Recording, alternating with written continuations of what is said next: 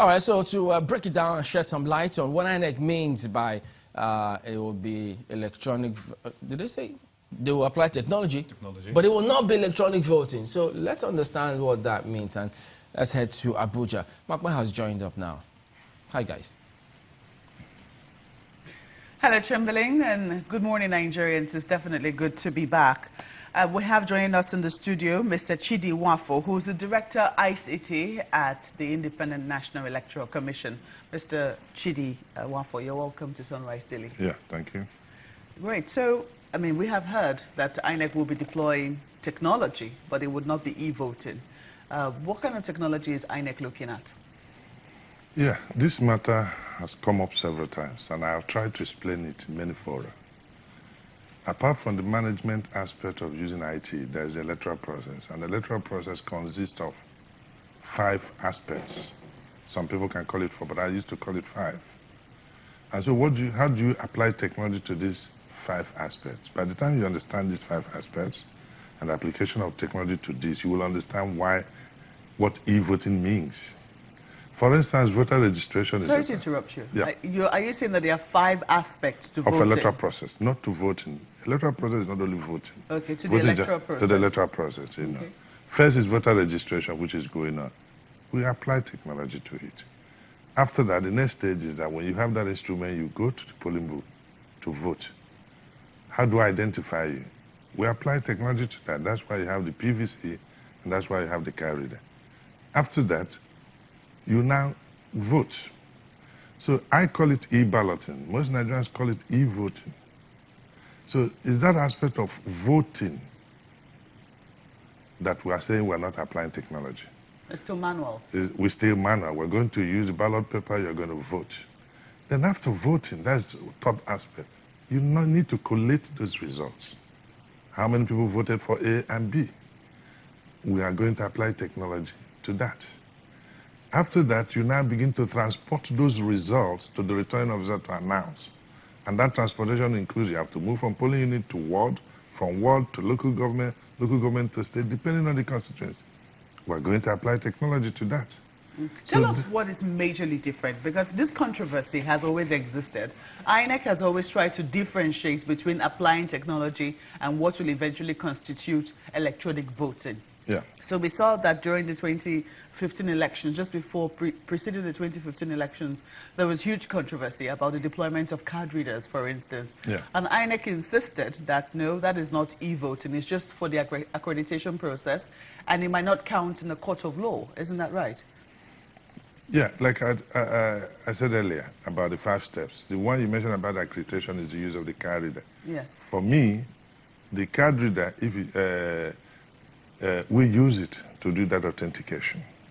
But e-voting is now actually casting your vote electronically. And there are many forms to do that. Some people stay in their houses and do e-voting, like internet vote. We say we have not reached that stage.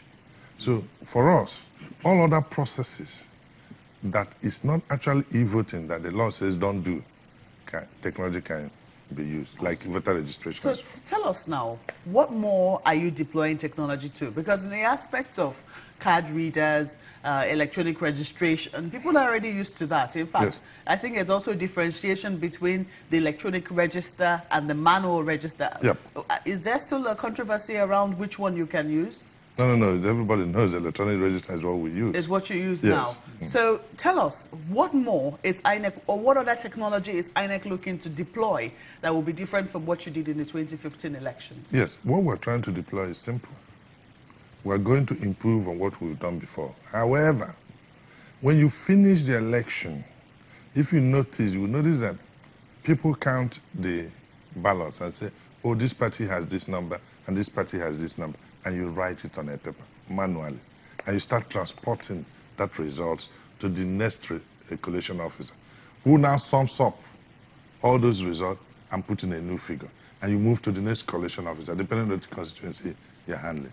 What we are putting in now is, okay, this manual will go on, but we are going to do this vote collation, we're going to apply technology. So IT will now sum up this, collate it.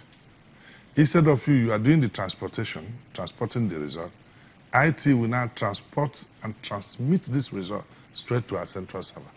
So by the time you get to the ward or local government or state, we already at the central server know the result. And you know what it means?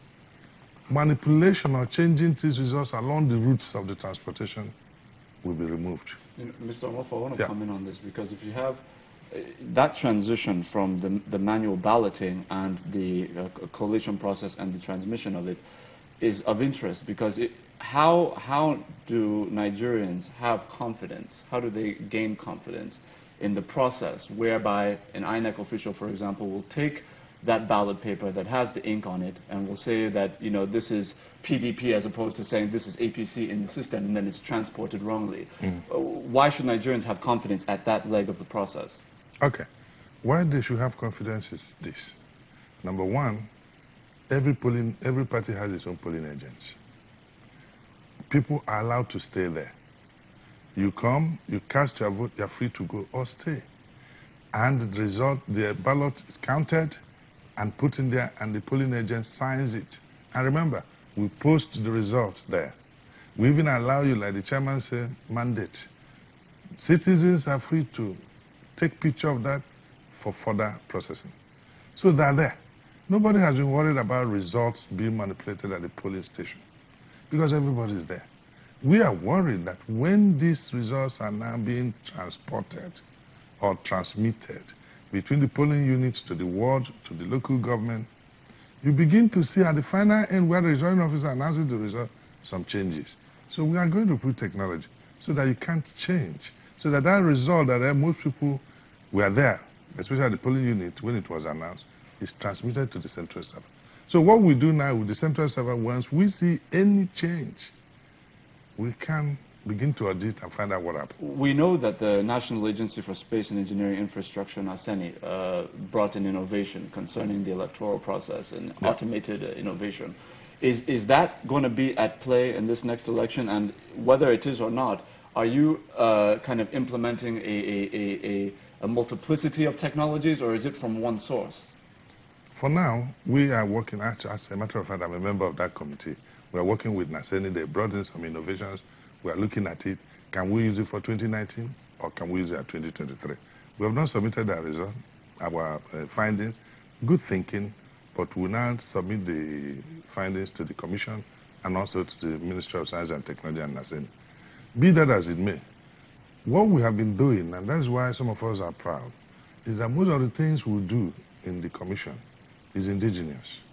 Nigerians, people like me and some young boys that are Nigerians, do the development in terms of the software and even do the design in terms of the hardware. Implementation and fabrication, of course, because of our situation now, can be done outside. So it means that at any time there's any glitch or any problem, we can solve it. So NASENI will look at what they have designed. We will soon submit our recommendations for use. So I can assure you that what we have done is from the same source of the Commission, designed by the Commission. However, when we want to implement certain things like fabrication and supply of commodity products, for instance, if you go to registration center, you see a simple laptop, you see a simple camera. So those things you can get it from them. But the real design, that control is done by us. You know, aware of the fact that we're in a very interesting time when we talk about cybersecurity, particularly around democratic process around the world, what should give Nigerians confidence about the sanctity or the security of whatever technologies are going to be used? Because, for example, you've mentioned that some of these things are going to be fabricated abroad, manufactured abroad, and brought back. Can we say with certainty that these are not going to be under any kind of influence from either domestic or international actors?